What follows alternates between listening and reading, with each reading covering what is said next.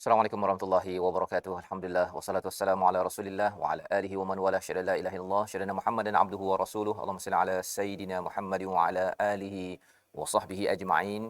Kita bertemu dalam majlis ayah pada hari ini, ayah pemimpin masuk syurga sekeluarga. Saya mengucapkan ribuan terima kasih kepada tuan-tuan dan puan yang berada di atas talian di depan kaca TV untuk sama-sama kita melihat dan kita memanfaatkan hidayah daripada Allah Subhanahu Wa Taala dalam surah Al-Mulk dan juga beberapa surah lain untuk kita sama-sama melihat tajuk kita pada hari ini, berubah sebelum terlambat. Alhamdulillah pada hari ini kita bersama dengan dua orang panel. Yang pertama saya alukan Al-Fadhil Ustaz Said Abdul Kadir Al-Jufri. Ahlan Ustaz. Alhamdulillah. Jazakallahu khair. Baik, alhamdulillah. Dan juga kepada qari kita pada hari ini Al-Fadhil Ustaz Dr. Anwar Hasin. Apa khabar Ustaz? Baik, Ustaz. Alhamdulillah. Awal Ustaz ni pagi ni. Alhamdulillah. Masya-Allah. Dan kita ingin melihat kepada bagaimana perbincangan berubah sebelum terlambat, satu tajuk untuk ayah-ayah ya, dan ini adalah kesedaran ataupun perkara yang akan berlaku dan terus berlaku kerana sudah tentunya terlambat itu mungkin ada yang kata bahawa sebelum hari raya agak tak terlambat, ada yang kata bahawa ada kaitan dengan sebelum saya tua. Tetapi yang pastinya kita ingin lihat apakah terlambat definisi di dalam Al-Quran, dalam sunnah Nabi sallallahu alaihi wasallam. Jadi tuan-tuan yang berada di online saya jemput untuk berkongsi ya, share di Facebook ya, untuk sama-sama kita kejutkan, maklumkan kepada ayah-ayah ataupun rakan-rakan yang memerlukan ya, panduan di dalam Al-Quran bagaimana untuk berubah dan bilakah yang dimaksudkan sebagai cepat ataupun terlambat. Mari sama-sama kita saksikan satu video paparan perkongsian daripada seorang ayah yang mempunyai dua orang anak menghadapi kemelut cabaran dalam hidup tetapi akhirnya sedar bahawa perubahan perlu dibuat segera, jangan terlambat. Kita saksikan.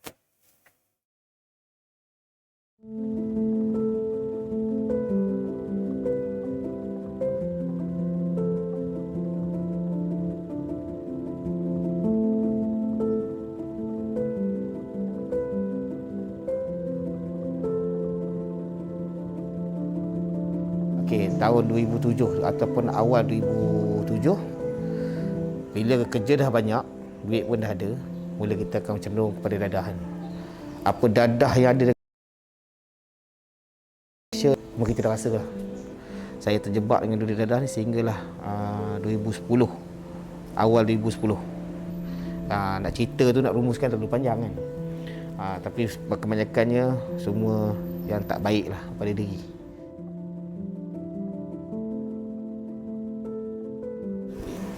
Okey, mendorong ni sebenarnya tak ada siapa dorongan pun di atas diri sendiri ya, kan. Tak ada siapa yang dorong pun, menipu lah kata, gejala kawan-kawan kan, gejala sosial, masalah rumah tangga. Mana ada rumah tangga pun, masalah ibayah. Benda tu sebenarnya tak ada mendorong apa pun. Puncanya diri kita sendiri. Kau nak, kau tak nak. Kau tak nak, sudah kan. Kau nak, lagi teruk lah kita jadi. Mula terjebak ni tak ada siapa ambil tahu pun. Cuma kita sendiri nak merasa benda tu. Saya ambil dadah semua. Jadi saya nekat. Dengan nekat. Dan juga saya pergi tempat satu rawatan, iaitu rawatan Islam yang berada di Bukit Buntong. Di situ saya kenal salah seorang ustaz. Jadi di situlah saya rasa saya nak kalau cakap pasal ni, cuci tangan lah kan. Okay, di situ saya belajar. Di situlah saya mendidik, dapat didikan. Dan saya cuba berhenti terus dadah ni.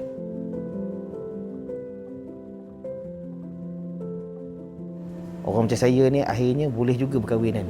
Ada juga orang nakkan kita ni. Saya kata, sebelum berkahwin ni kita rasa juga, ada ke, boleh ke kita ni berkahwin kan. Tapi alhamdulillah Allah mendorong. Jalan saya semua jalan yang benar lah. Okey.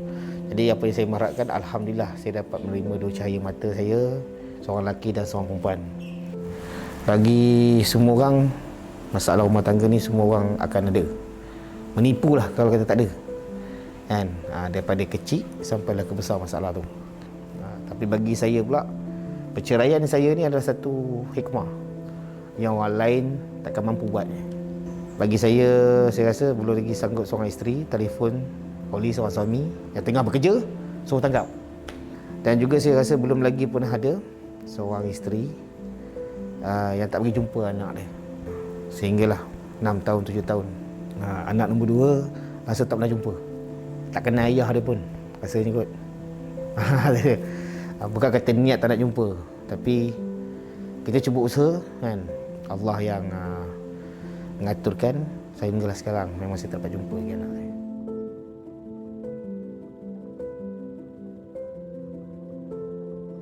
Saya tak cemburu kan pada orang lain yang kereta besar, yang motor besar.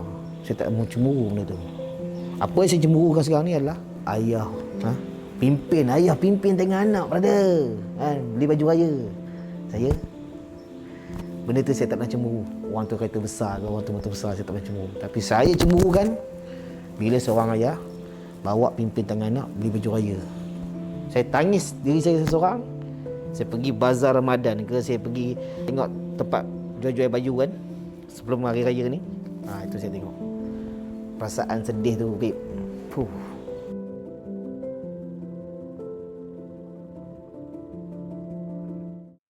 Begitulah perkongsian daripada Encik Azman, ya, bukan nama sebenar, ya, seorang individu yang mempunyai 2 orang anak untuk bagaimana perubahan yang berlaku dalam kehidupan, ya, menyebabkan beliau, ya, kemelut yang berlaku itu menyebabkan beliau perlu mengambil keputusan, dan inilah yang kita ingin saksikan bersama pada hari ini pada surah Al-Mulk ayat 9 hingga 11. Ayat 9 ini adalah respon kepada individu-individu yang sudah terlambat, ya, sudah terlambat.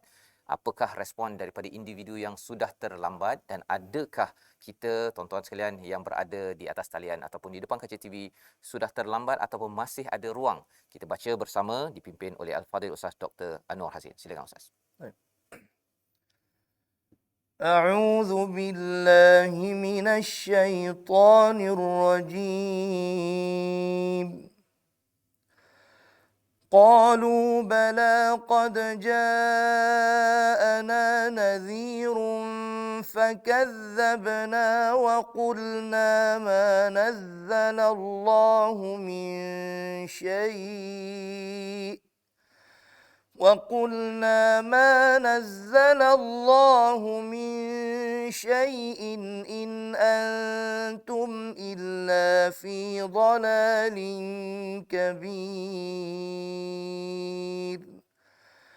وقالوا لو كنا نسمع أو نعقل ما كنا في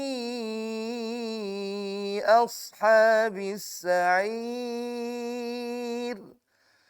فاعترفوا بذنبهم فسحقا لأصحاب السعير صدق الله العظيم. Surah Al-Nazim. Pada ayat yang ke-9, jawapan daripada mereka yang dihumban ke dalam neraka. Benar, sungguh seorang pemberi peringatan telah datang kepada kami, tetapi kami mendustakannya dan kami mengatakan Allah tidak menurunkan sesuatu apapun. Kamu sebenarnya di dalam kesesatan yang besar. Dan mereka berkata, sekiranya dahulu kami mendengar atau memikirkan peringatan itu, tentu kami tidak termasuk di kalangan penghuni neraka yang menyala-nyala. Maka mereka mengakui dosanya, tetapi jauhlah dari rahmat Allah bagi penghuni neraka yang menyala-nyala tersebut. Inilah 3 ayat yang kita ingin fokuskan kepada ayat yang ke-10 daripada surah Al-Mulk pada hari ini. Dan kita ingin mendengar bersama Al-Fadhil Ustaz Said. Ustaz, bila melihat kepada Encik Azman lah, kita letak nama dia, bukan nama sebenar. Bukan nama sebenar. Encik Azman tadi itu, bila dia terlibat dengan dadah, ya, kemudian kembali semula ke pangkal jalan.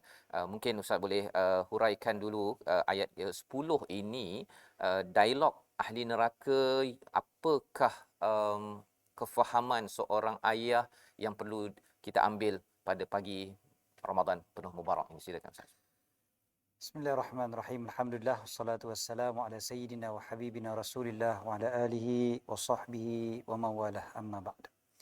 Terima kasih pada Ustaz Fazrul, Al-Fadhil Dr. Anwar yang menyinari pagi kita kan, dengan cahaya-cahaya, serta semualah ayah-ayah dan ibu-ibu sebenarnya yang bersama kita pada hari ini. Alhamdulillah, syukur pada Allah. Allah Ta'ala pilih kita pagi-pagi lagi Ustaz, kita dah bersama-sama dengan ayat-ayat suci Al-Quran. Satu nikmat yang sangat-sangat besar. Dan rupa-rupanya ia adalah satu, kita kata, saat-saat yang memang, yalah, saat-saat ni dia tak boleh nak pusing balik kan. Kita punya tajuk hari ni pun, kalau kita kata dah terlambat dan sebagainya, memang setiap saat dalam hidup kita ni tak boleh pusing balik. Bukan kata yang tahun lepas, 10 tahun lepas. 5 saat tadi pun kita tak boleh patah balik. Tapi alhamdulillah, beberapa saat yang lepas ataupun beberapa minit yang lalu, semuanya telah kita penuhi dalam majlis ilmu. Itu minit-minit yang memang kita akan hargai nanti di hari akhirat nanti. Jadi alhamdulillah. Bila kita tengok ayat yang dibacakan tadi oleh Dr. Anwar, ayat yang ke-10 khususnya kan, ayat yang ke-10 tu Allah SWT menceritakan tentang bagaimana perasaan dan penyesalan ahli-ahli neraka, as-sa'ir, neraka yang menjulang, yang menyala apinya. Mereka katakan apa? Qalu wa qalu law kunna nasma'u aw na'qilu ma kunna fi ashabis sa'ir. Waktu tu mereka sendiri dah sedar dah. Kenapa yang mereka masuk ke dalam api neraka? Mereka berkata, kalaulah kami dulunya mendengar dan berfikir, memahami, berakal, maka tidaklah kami termasuk di kalangan ahli-ahli neraka. Dekat sini je dah nampak dah bahawasanya penyesalan yang dipanggil sebagai menyesal tak sudah. Kan? Yang penyesalan yang dah terlalu lambat. Dah lambat sangat dah. Pasal dah masuk dalam neraka baru sedar. Kata rupa-rupanya aku ni masuk sebabnya aku tak berfikir, aku tak mendengar. Rupanya manusia ni kan, Allah SWT jadikan kita 2 telinga untuk banyak mendengar. Kan? Allah Ta'ala jadikan kita 2 mata untuk banyak melihat. Kita bukan diajar untuk banyak bercakap kan. 1 mulut aja cukup dah. Tapi 2 telinga untuk banyak kita mendengar. Dan perkara yang pertama sekali bagi kita, yang paling penting sekali adalah kita dengar dulu. Kan? Itu sebablah dalam Al-Quran, Allah SWT ajar kita untuk mendengar ni banyak kali. Perkataan yasma'un, tasma'un dan sebagainya. Kemudiannya kita pun selalu berdoa, ya Allah jadikanlah aku di kalangan apa? Minalladzina yastami'unal qawla fayattabi'una ahsana. Mesti dengar dulu. Sebab ada orang, dia daripada awal dia dah block. Aku tak nak dengar, aku tak nak dengar. Dia dah ada, kata, sudah, kau nak cakap lah. Poyo lah kau apa semua. Dia macam-macam lah. Dia akan gunakan apa sahaja cara untuk tak nak dengar. Kau bla bla bla bla. Tak mau. Kita baru bagi salam je, salam tak mau. Itu pun tak mau. Bukan kata dengar secara direct, bahkan dengar yang melalui telefon ke apa komputer dan sebagainya pun tak mau. Facebook live ke, kan, dia tengok je, scroll, ternampak pula ada kawan dia share majlis ayah, Masjid Sultan Salahuddin. Dia tak akan tekan punya play tu. Sebab dia tak nak dengar. Tak nak dengar. Kan? Jadi masalah utama bagi manusia pertama sekali adalah tak nak dengar. Kemudiannya dengar okey dah. Ada orang pula dia dengar tapi dengar semua benda dan ikut semua. Masalah juga. Bukan nak kilu Dia tak nak kilu tadi. Ataupun yang dalam ayat yang tadi kita baca kat allazina yastami'una al-qawla fayattabi'una ahsana. Maknanya dengar betul tapi ikut yang terbaik. Kan, dengar dan kena berakal. Bukannya dengar lepas tu main redah je dah ikut jalan nonong je orang kata. Di dalam Quran Ustaz ada perkataan akal, ada fikir, Betul. ada apa faqih ya. Kalau Ustaz boleh cerita sikit beza pasal kat sini nak khilu ni Betul. mesti ada sesuatu kan? Betul. Dia ada perbezaan sebenarnya antara perkataan akal, fikir, faham dan sebagainya lah. Ataupun secara fizikalnya otak kan. Itu fizikal. Otak adalah benda yang fizikal. Dan kalau kita nak bahas lebih panjang lagi, kita akan bincang berkaitan dengan hati pula kan, qalb itu sendiri ataupun sanubari itu. Dalam bahasa Melayu kita panggil sanubari ataupun samburah. Ataupun latifah rabbaniyah dan sebagainya. Dia terlalu panjang perbincangannya. Tetapi cukup untuk kita sebutkan dulu akal. Yang dimaksudkan dengan akal adalah yang mengikat kita. Itu asalnya. Ikat kita untuk melakukan satu perbuatan baik ataupun buruk. Allah Ta'ala jadikan manusia ni kan beza dengan binatang sebab manusia ada akal. Kan? Akal ni yang dia mengikat kita untuk kita sama ada nak buat baik ataupun buat buruk. Cuma je kadang-kadang akal kita ni dia kalah dengan hawa nafsu. Akal ni kalah dengan kepentingan-kepentingan yang lain. Jadi akal ni yang sebenarnya yang mengikat kita. Tapi bila akal ni loose. Itu sebablah dalam Islam ajar kita supaya menjaga akal. Menjaga akal. Itu yang kita kata salah satu daripada 5 maqasid syariah adalah menjaga akal. Oleh kerana itu kita tak boleh nak minum arak. Kerana minum arak ni dia merosakkan akal. Dan juga macam contoh yang kita sebutkan tadi, dadah. Dadah adalah antara yang merosakkan akal. Baik, terima kasih diucapkan pada Ustaz Said untuk berkongsi peringkat awal ini. Bagaimana 2 perkara lah Ustaz ya dalam ayat tadi ini. Kalau dengar kalau saya ni menggunakan akal, maksudnya akal ni bukan sekadar fikir begitu saja, tapi boleh membezakan yang betul tak betul daripada kita terjatuh, ya. Saya ingat kalau orang Arab tu dia pakai igal tu kan, Igal, betul. okey. Daripada perkataan ain qaf lam jugalah, tapi dia pakai ga pula kalau sampai ke sana kan. Ya. Okey. Jadi untuk mengelakkan daripada jatuh dia punya selendang dia itu, dan dalam hidup kita ini Allah bekalkan akal untuk sama-sama kita jaga diri kita. Jadi bercakap tadi tentang berubahlah Ustaz ya. Kadang-kadang ada orang kata saya muda lagi kot. Kan, ataupun saya masih lagi banyak lagi perkara yang saya tak pernah cuba. Jadi kalau nak cuba dululah kan. Kemudian ubah nanti tunggu dulu, kan, tunggu dulu. Dia macam mana sebenarnya yang berubah tu, bila dia point yang adakah kadang-kadang orang tu memang dia tak berminat nak berubah. Pasal dia rasa syok pula dengan kawan-kawan dia. Macam tadilah kan. Ada setengah tu yang jadi pusher tu dia dapat lagi banyak income, ya, pendapatan. Jadi susah pun nak berubah. Apa panduan Ustaz boleh kongsikan? Dia ada faktor kewangan pula apa semua Oh kan, ya, betul? betul. Dia macam-macam faktor yang menghalang daripada perubahan tu. Betul. Betul. Kalau kita nak bincangkan tentang faktor yang menghalang, betul. Memang akan ada banyak. Banyak. Tetapi bilakah masa yang paling sesuai untuk berubah? Tentu dah jawapannya sekarang. Sekarang. Ataupun ada orang jawab, bila masa paling sesuai untuk engkau berubah? Semalam. Kan? Ada juga yang kata macam tu. Maknanya, tapi semalam dia dah lepas kan. Kita tak ada nak buat apa. So, sekarang ni yang kita cerita adalah sekarang. Sebab apa? Sebab yang paling penting sekali, sebabnya adalah sebab kita tak tahu bila kita nak mati. Kan? Bila dah sampai saja ajal, apa kata Allah SWT? La yastakhiruna sa'atan wa la yastaqdimun. Tak boleh nak tangguhkan sikit pun, satu saat pun tak boleh nak tangguh, dan tak boleh nak diawalkan. Jadi maknanya itu salah satu sebabnya.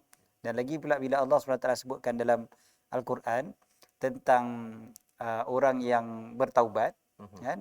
Walaisatit taubatu lilladzina ya'maluna sayyiati hatta idza hadara ahadahumul maut qala inni tubtul an. Kata bukanlah taubat itu bagi orang yang buat benda-benda yang buruk, buat benda jahat, sampailah saat kematian dia, barulah dia kata inni tubtul an.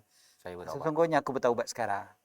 Rupanya itu waktu yang momen yang taubat telah ditutup. Pintu taubat telah ditutup. Yang dipanggil sebagai nyawa dah sampai apa tu? Sampai kerongkong. Sampai gitu sekali. Maknanya dah habis dah. Habis dah tempoh untuk kau bertaubat. Maknanya kalau kita kata bila waktu yang paling sesuai untuk taubat? Sekarang. Kalau contohnya kata muda lagi, relax lah. Waktu muda hanya sekali. Saya selalu betulkan kata tak, waktu muda sebenarnya 2 kali. Kalau orang yang beriman. Sebab satu lagi waktu adalah di syurga. Syurga kan muda semua. Terus forever kekal. Muda forever. Sebenarnya waktu tua yang sekali. Waktu tua sekali, waktu budak sekali, kan. Kita tak ada mengalami lagi waktu budak dan waktu tua. Tapi waktu muda 2 kali. 2 kali. Tapi waktu muda yang kali kedua ni kita nak. Ya betul, waktu muda akan jadi sekali kalau Tak beriman. tak beriman. Na'udzubillah. Betul lah kalau dia cakap waktu muda sekali je, babe. Memanglah kalau kau tak beriman, memang waktu muda sekali je lah. Tapi aku nak jadikan waktu muda tu 2 kali. Ya. Pasal lah sekarang lagi aku bertaubat. Dan memang macam kita sebut tadi, kita bukan boleh patah balik. Masa yang dah berlalu tak boleh patah balik. Nanti akhirnya kita yang rugi. Saya jumpa banyak sahabat-sahabat yang dia kata, Allah Ustaz, menyesal dulu-dulu saya tak berubah. Menyesal dulu-dulu tak berubah. Ya Allah, sekarang ni dah semuanya sakit pinggang, sakit lutut, sakit apa semua sekarang, barulah nak rajin semayang. Dan ada yang kata, dulu tak rajin sujud, tapi sekarang bila tak boleh nak sujud, barulah rindukan tempat sujud. Kan? Dan sebagainya. Maksudnya, kita sendiri, bahkan Ustaz Fazrul, kita lebih kurang sebaya lah kan. Lebih kurang. Dr. Anwar kot muda sikit. Okey. Dia berkat Quran. Tapi kita sekarang ni pun, umur kita ni pun, kita dah boleh rasa sikit-sikit. Kan? Dah boleh rasa sikit lutut, dah boleh rasa sikit pinggang, dah boleh rasa lah macam nak bangun apa semua, dia tak secergas waktu kita umur 20-an. Kan? Waktu kita umur 20-an tu, bila dah masuk 4 series ni, dia jadi lain lah. Kan? Dia dah jadi. Belum lagi masuk 5 series, 6 series, 7 series lagi.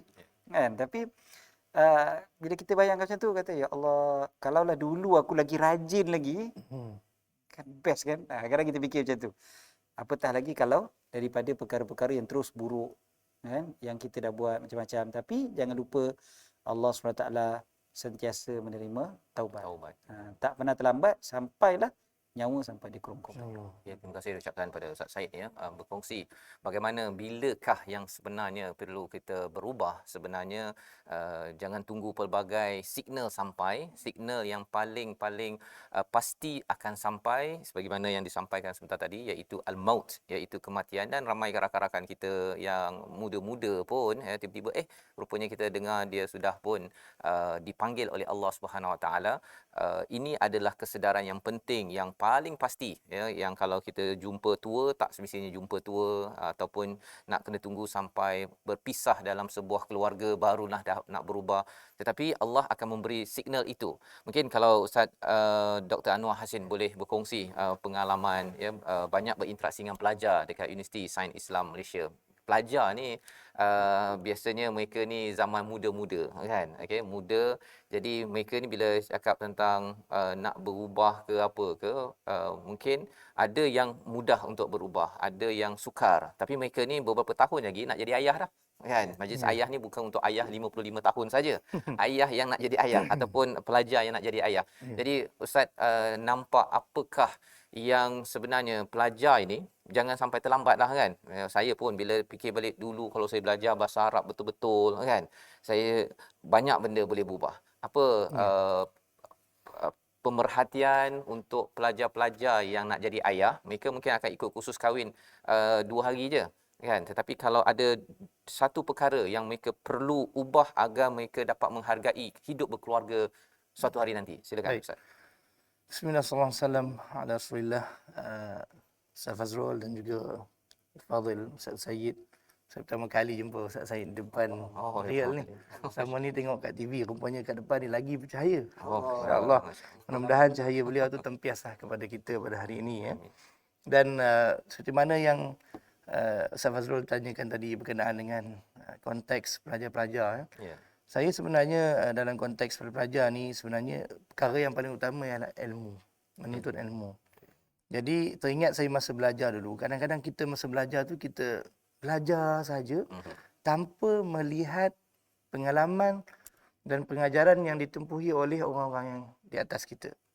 Sebab itu Allah Ta'ala hadirkan macam kita sebut tadi, Cik Azman bukan mesti nama yang sebenar, dan juga kisah-kisah dalam Al-Quran. Sekiranya para pelajar dia mengambil iktibar ke atas ayat-ayat Allah ini dan juga kejadian yang berlaku di sekelilingnya dan memerhatikan betapa sebenarnya apabila dia habis tamat belajar nanti, dia akan menempuhi seperti mana yang pensyarah-pensyarah dia hadapi.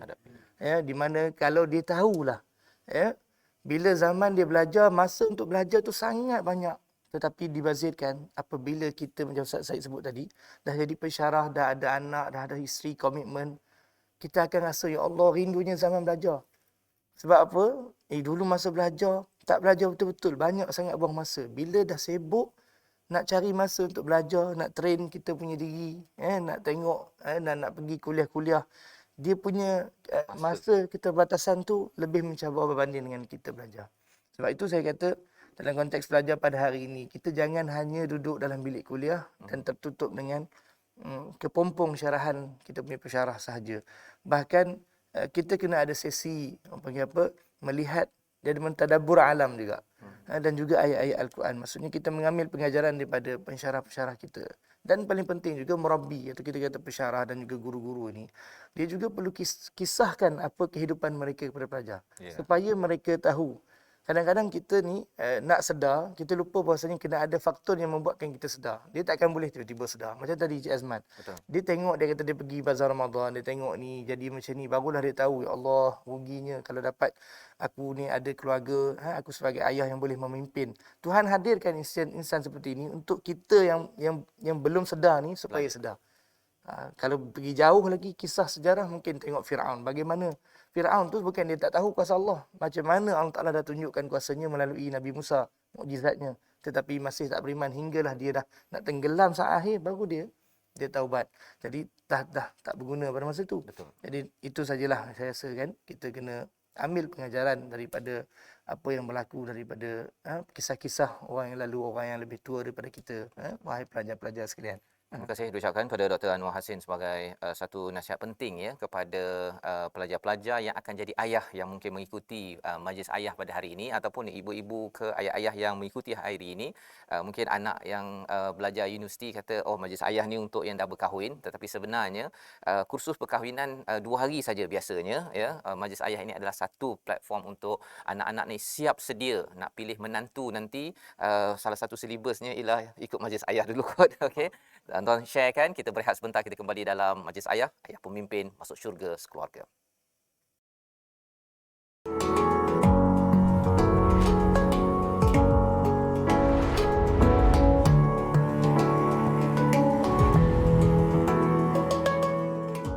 أستغفر الله رب البرايا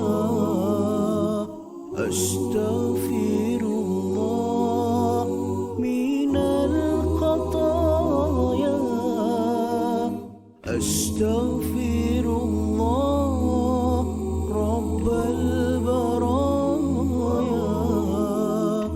أستغفر الله من الخطايا أستغفر الله رب البرايا أستغفر الله من الخطايا أستغفر الله رب البرايا أستغفر الله من الخطايا.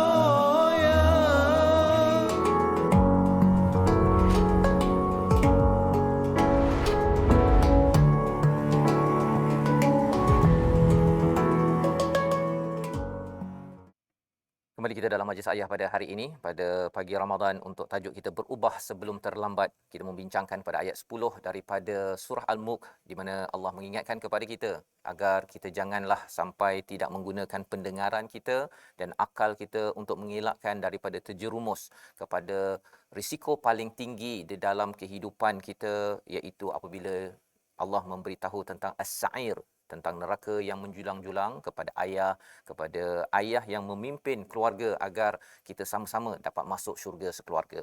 Di dalam perubahan ini, kadang-kadang kita mungkin merasakan bahawa ada yang kata bahawa saya ni banyak sangat kesilapan pada masa yang lepas. Ada yang mengatakan bahawa kalau saya nak berubah ni, adakah lagi harapan Allah memandang kepada kesilapan saya ini, Allah bolehkah ampunkan? Kita nak melihat kepada surah Az-Zumar ayat 53 hingga 55 untuk kita sama-sama memanfaatkan, memahami secara tuntas dan jelas. Ya, kadang-kadang mungkin orang di sekitar tak boleh menerima hakikat kepada kesilapan yang ada. Malah mungkin pasangan, mungkin anak tidak dapat menerima. Tapi apakah kata Allah di dalam surah Az-Zumar? Kita baca ayat 53 dipimpin Ustaz Dr. Anwar Hassin. أعوذ من الشيطان الرجيم بسم الله الرحمن الرحيم قل يا عبادي الذين أسرفوا على أنفسهم لا تقنطوا من رحمة الله لا تقنطوا من رحمة الله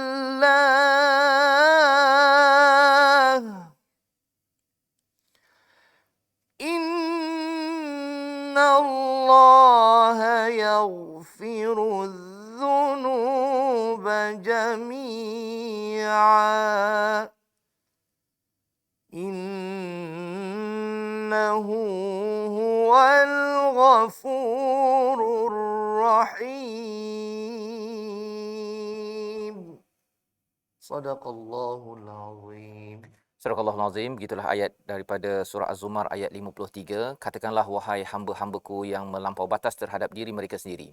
Janganlah kamu berputus asa daripada rahmat Allah. Sesungguhnya Allah mengampuni dosa-dosa semuanya. Dialah yang Maha Pengampun lagi Maha Penyayang. Inilah ayat yang ingin kita huraikan, ingin kita faham sebenar-benarnya bila Allah menyatakan ya ibadi, kemudian Allah menyatakan la taqnatu mir rahmatillah. Apa maksud taqnatu itu sendiri Ustaz ya? Silakan. Saya bawakan satu kisah bagaimana perkataan taknatu tu. Ya. Ada seorang selebriti lah. Dia jumpa saya, dia kata, Ustaz, saya rasa saya dilahirkan untuk neraka. Oh. Itu contoh perkataan taknatu tu. Saya memang meremang roma Ustaz bila kita dengar orang cakap macam tu. Kan? Dia kata, saya rasa saya ni memang dilahirkan untuk neraka. Kenapa kamu cakap macam tu? Dia kata, Ustaz, saya ni bukan tak nak buat baik. Kata, saya nak berubah jadi baik. Tapi, dia ada tapi dia kan. Tapi saya mesti buat jahat juga. Kata maknanya apa tu? Maknanya memang saya ni dah ditakdirkan untuk masuk neraka. Macam tu. Dia sebut lah, dia kata dalam umur dia 20-an, apa dosa saya tak buat? Dia sebut gitulah, dia kata. Semua jadi dadah, saya dah pegang ni, saya dah macam-macam lah. Arak ke apa, semua dia dah buat. Jadi, apa yang kita boleh ceritakan kepada dia adalah ayat surah Az-Zumar ni. Ya. Ayat surah Az-Zumar ni lah yang memberikan motivasi semula. Dan pertama sekali Allah SWT sebutkan di sini, katakanlah wahai Muhammad, ya ibadi, wahai hamba-hambaku. Allah Ta'ala tak gunakan perkataan wahai orang yang jahat. Wahai orang yang telah mengingkari perintahku dan sebagainya, ataupun umum wahai manusia, ataupun wahai orang yang beriman. Tidak, tetapi Allah gunakan perkataan wahai hamba-hambaku. Boleh je Allah Ta'ala nak sebutkan ya ayyuhal ibad, wahai para hamba. Tapi tidak. Allah Ta'ala gunakan perkataan ya ibadi, wahai hambaku. Dia ada beza tu. Kalau kita panggil orang pun anakku, sahabatku, kan, dia lain dengan anak aja ataupun sahabat. Bila kita sandarkan kepada diri kita, dia akan jadi lebih lembut, lebih nampak manjanya dekat situ. Jadi sekarang ni ya ibadi, wahai hamba-hambaku. Hamba yang macam mana? Hamba yang asrafu ala anfusihim, yang telah melampaui atas diri mereka sendiri, melampaui batas, dah melakukan perbuatan-perbuatan maksiat. Jadi ni bukan cerita wahai hamba-hambaku maknanya yang soleh. Wahai hamba-hambaku yang di kalangan para nabi, para aulia, para salihin. Tak. Kat sini wahai hambaku yang dah melampaui batas. Perhatikan perkataan hamba ni Allah Taala sebutkan tentang Nabi SAW kan dalam surah Isra tu. Allah Taala mengangkat Nabi itu sebagai hamba. Subhanallazi asra bi 'abdihi. Maknanya perkataan hamba ni perkataan yang mulia sebenarnya. Dia bukannya perkataan yang buruk. Hamba Allah lah. Kalau hamba kepada makhluk dia jadi hina lah. Tapi hamba kepada Allah dia jadi satu benda yang mulia. Jadi maknanya Allah Taala panggil dengan gelaran yang mulia kepada siapa? Kepada yang buat maksiat. Walaupun orang tu ambil dadah, dia tak panggil wahai hamba dadah, tak ada. Wahai hamba dadah, wahai orang yang jahat, wahai tak. Tapi wahai hambaku yang melampaui batas. Sebab manusia ni memang dia ada batasan. Itu dia panggil sebagai syariah kan. Ya. So syariah tu adalah batasan kita. Sekarang ni bila kita melampaui batas, kita langgar batasan tu, ini yang disebutkan dalam Quran. Maka Allah Ta'ala sebutkan pada orang macam ni macam mana? Pada kita lah sebenarnya. Kita lah orang yang dah melakukan dosa dan sebagainya. Allah kata, la taqnatu min rahmatillah. Jangan putus asa daripada rahmat Allah. Jangan putus asa daripada rahmat Allah. Orang yang saya sebut tadi, dia kata, Allah sebut jangan putus asa daripada rahmat Allah. Dia kata, bukan tak nak putus asa Ustaz, tapi dosa tu memang terlampau banyak. Dosa tu memang terlampau banyak. Rupanya jawapan dia ada lepas tu. Kan? Innallaha yaghfiru dzunuba jami'a. Sesungguhnya Allah menghapuskan dosa semuanya sekali. Semua Semua, jami'a kan? Semua sekali. Tak kisahlah kau dosa apa sekalipun. Melainkan syirik pada Allah Ta'ala lah. Dalam ayat yang lain disebutkan tentang syirik. Tapi selain daripada syirik, maka semuanya Allah Ta'ala boleh ampunkan. Yang syirik itu bila yang dia tak diampunkan Ustaz? Ke memang kalau syirik dia terus tak diampunkan? Jika mati dalam keadaan syirik lah. Mati dalam keadaan syirik. Tapi kalau bila dia bertaubat, maknanya dia masuk Islam semula, dia bertaubat, maka Allah Ta'ala hapuskanlah dosa-dosa dia kan. Okey. Tapi orang yang dah buat dosa banyak ni, kadang-kadang dia akan cakap lagi. Dia akan masih lagi. Saya tahu Allah Ta'ala memang menghapuskan dosa semua sekali. Tapi dosa saya terlampau banyak. Dia ada tapi lagi sekali. Ada tapi lagi. Maka jawab lagi Allah SWT. Innahu huwal ghafurur rahim. Sebab kalau ikut logik dia, susah nak mengampunkan kesalahan orang yang terlalu banyak buat salah. Kalau kita lah kan, kalau kita orang yang terlampau banyak kali buat salah, kita susah nak ampun. Betul. Walaupun kita ni pemaaf macam mana pun. Walaupun kita ni pemaaf, walaupun kita ni jenis okey lah, boleh let go kan. Tapi kalau dah terlampau banyak kali, payah. Ya Allah, kita manusia kan macam tu. Kita tak boleh letakkan macam mana kita pemaaf dengan Allah punya pemaaf. Kan? Jadi disebutkan innahu huwal ghafurur rahim. Allah ada ghafur dan juga rahim kat situ. Maha pengampun dan juga maha penyayang, maha mengasihani. Jadi dua sifat ni adalah sifat yang sangatlah memberikan motivasi sebenarnya bagi orang yang telah melakukan dosa. Cuma ayat-ayat yang berikutnya ceritakan pula tentang bagaimana. How-nya tu ya. How-nya tu adalah selepas itu. Okey. Ustaz simpulkanlah how tu pasal kita taklah baca Oh, seterusnya kan. okey, Tapi Tak baca ya. Betul, apa saya- satu dua perkara yang perlu dibuat pasal ada di kalangan yalah kita masing-masing ada kesilapan ya dan nak tahu apa satu dua perkara how yang dijelaskan pada ayat 54 55 tersebut tu Ustaz. Okey. Ayat 54 dengan 55. Ayat 54 Allah Taala ajarkan kepada kita how-nya adalah pertama wa anibu ila rabbikum. Kembali kepada Tuhan kalian. Jadi benda pertama sekali kita kena buat adalah kembali pada Allah. Maksudnya taubat kan, beristighfar dan sebagainya, mula sembahyang semula kalau tertinggalkan sembahyang kan. Mula tutup aurat contohnya dan sebagainya lah, banyak kembali pada Allah. Dan kemudiannya wa aslimulah. Nombor dua. Berserah kepada Allah. Jadi kadang-kadang kan kalau kita nak bertaubat tapi kita tak nak berserah kepada Allah, maknanya masih lagi bergantung kepada diri kita, memang susah, memang payah. Nanti kita sendiri yang akan belong balik, kita sendiri akan Berserah tu buat apa tu sebenarnya? berserah pada Allah dengan erti kata keimanan kita betul-betul. Kata Allah Ta'ala lah yang akan tolong kau, Allah Ta'ala yang akan bagi jalan keluar untuk kau, Allah Ta'ala yang akan tetapkan hati kau. Maknanya kita kena ingat hati kita ni Allah yang pegang.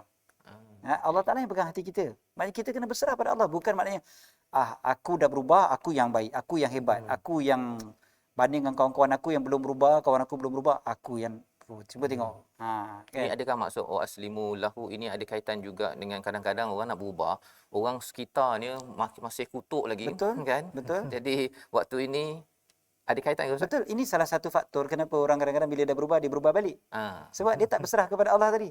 Ya, dia berserah pada diri sendiri Diri lagi. sendiri. Bila berserah pada diri sendiri, orang kutuk diri kita, kita akan give up. Give up. Kan? Orang puji kita seronok, tapi bila orang dah tak puji ataupun orang kutuk kita pun orang kutuk. Kadang-kadang kan doktor, orang yang kutuk tu 2 orang je. Kan? Yang puji 2,000 kan. Tapi Dua orang jadi besar. sebab 2 orang tu jadi menyebabkan dia patah balik kan. Memang berlaku pada kawan-kawan kita macam tu. Jadi ayat ni wa aslimulah, dan bukti ayat ni yang saya sebutkan tentang pertolongan Allah adalah pada penghujung ayat tu. Min qabli ayyatiyakumul azab summa la tunsarun. Sebelum datang kepada kalian azab, kemudian kalian tidak akan ditolong. Bererti kalaulah kita berserah kepada Allah, Allah akan tolong. Tolong. Perkataannya bila datang azab, kalian tak akan ditolong. Maknanya kalau kita betul-betul berserah sebelum datangnya azab, sebelum mati, sebelum ditimpa azab, Allah akan tolong. Sebelum azab neraka nanti di hujung. Ya, maknanya pertolongan Allah Ta'ala itu ada. Pertolongan Allah Ta'ala itu ada. Jadi percaya kepada pertolongan Allah. Banyak kan diorang bila nak berubah kan takut. Nanti kau berubah kena buang kerja. Betul. Kan? Hilang populariti je. Sekarang ni hilang populariti. Ataupun orang biasa-biasa kadang-kadang mencari tu apa, puasa pun kena pukul. Contoh kan. Apa tak lagi nak tutup aurat ke apa benda semua kan. Takut nanti kan hilang semualah mata pencarian, ataupun kadang-kadang takut keluarga tak boleh terima. Kadang-kadang kan rasa macam kalau aku berubah nanti keluarga aku kata apa. Keluarga aku macam ni, keluarga aku. Dan kawan-kawan kata apa. Kawan-kawan pula ada setengah-setengah tu kan. Alah aku dah kenal kau. Negatif. Kau daripada tadika kita kawan. Kata kan. Macam lah aku tak kenal kau. Aku bagi kau 2 minggu je. Dia cakap. Macam dia pula Tuhan nak bagi 2 minggu kan. Ingat je lah. Yang menolong kita adalah Allah. Allah. Allah yang tolong kita. Nanti Allah hantarkan. Kita jumpa kawan-kawan kita yang berubah. Masya Allah. Pertolongan tu daripada arah yang tak disangka-sangka. Betul. Kan tiba-tiba bila dia berubah, dia dapat kawan-kawan yang baik. Kan daripada yang dulu dia tak percaya, tiba-tiba dia berjadi kawan. Ada kawan-kawan yang baik-baik yang akan support dia, yang akan tolong dia. Tiba-tiba dapat kerja yang lain yang lebih baik. Kadang-kadang dapat yalah yang Macam paling rezeki, utama kebahagiaan hati, ketenangan hati tu kan. Dulu tak pernah dapat. Tiba-tiba bila berubah ni dapat ketenangan hati ni. Allah Taala punya bantuan. Ana suka nak nambah sikit. Ya, sila. Ustaz. Dalam konteks nak berubah tu juga, maksudnya kita kena ubah persekitaran kita dan norma-norma kehidupan kita yang lalu. Buat nombor baru. Selain daripada kita kembali tu, bila kita kembali kepada Allah balik, maksudnya kita ubah cara hidup kita kepada syariat Allah. Kemudian saya mudah sebutlah contohnya, orang biasa mulut dia cakap jahat. Sebab dia duduk dengan orang jahat. Ya, betul. Dia suka mengumpat, mengata. Jadi elakkan duduk pada kelompok yang begitu, pergi cari kepada kawan-kawan yang baik pula. Kalau kita nak berubah, tapi persekitaran kita tidak support juga, kadang-kadang membuatkan dia terbantut. Kita salah kadang-kadang, ialah kita tawakal satu, tapi usaha kena ada. Ubah persekitaran. Ubah cara kawan kita, siapa kawan kita, ubah habit kita. Habit yang selalu buang masa tukar kepada pergi majlis-majlis ilmu. Kalau selalu tengok rancangan yang contohnya orang yang terlibat dengan zina dan sebagainya. Mungkin dia masa hidup dia banyak sangat bergelumang dengan perkara-perkara yang merangsang syahwat. Dia kena ubah kepada perkara yang menurunkan syahwat. Nak bagi hilang terus tak boleh. Syahwat ni dia memang ada. Dan kemudian banyakkan berpuasa. Maksudnya cara hidup dia kena ubah kepada perkara yang lebih positif. InsyaAllah memang akan datang bantuan Allah. InsyaAllah. Ya, jadi ini adalah satu panduan yang kita ambil daripada surah Az-Zumar ayat 53 hingga 54 ya. Kalau disambung lagi tu ada lagi tambahan Ustaz ya, tentang ayat 55 tu Itu pun tahu juga. bawah juga ya. Sikit Ustaz, sikit. Dalam Sikit je. masa yang pendek. Wattabi'u ahsana ma unsila ilaikum. Ikut apa yang terbaik diturunkan kepada kalian. Maknanya Al-Quran. Quran. Jadi haunya adalah ikut Al-Quran. Kena baca, faham Quran. Baca, faham dan amalkan.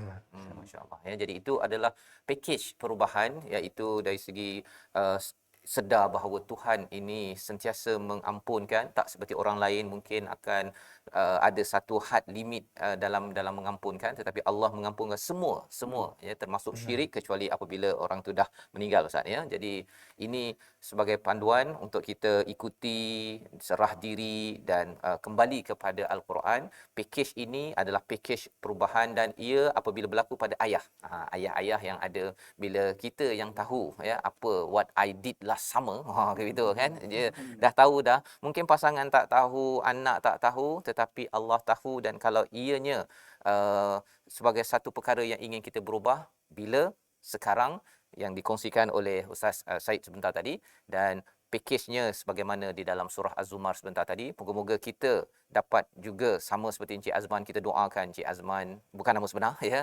sekeluarga dapat kembali ya. Kalau tadi beliau kata tak nak dah kereta ke apa, pasal mungkin dia dah rasa, tapi yang paling berharga bila dapat pimpin anak untuk beli baju raya itu ya. Itu satu perkara di dunia, tetapi apa jadi kalau ayah ini pimpin tangan anak sampai masuk ke syurga. Subhanallah, kerana ayah-ayah yang mengambil titik perubahan, apatah lagi pada bulan Ramadan ini untuk kita sama-sama laksanakannya. Kita berdoa kepada Allah Subhanahu Wa Taala, Allah pimpin kita agar sentiasa bersama hidayah ini. Kita bersama dengan Al-Fadhil Ustaz Said untuk membaca doa penghujung agar Allah memimpin ayah-ayah masuk syurga sekeluarga. Silakan Ustaz. Bismillahirrahmanirrahim. Alhamdulillah rabbil alamin, wassalatu wassalamu ala sayyidina wa habibina Muhammad wa ala alihi wa ashabihi ajma'in.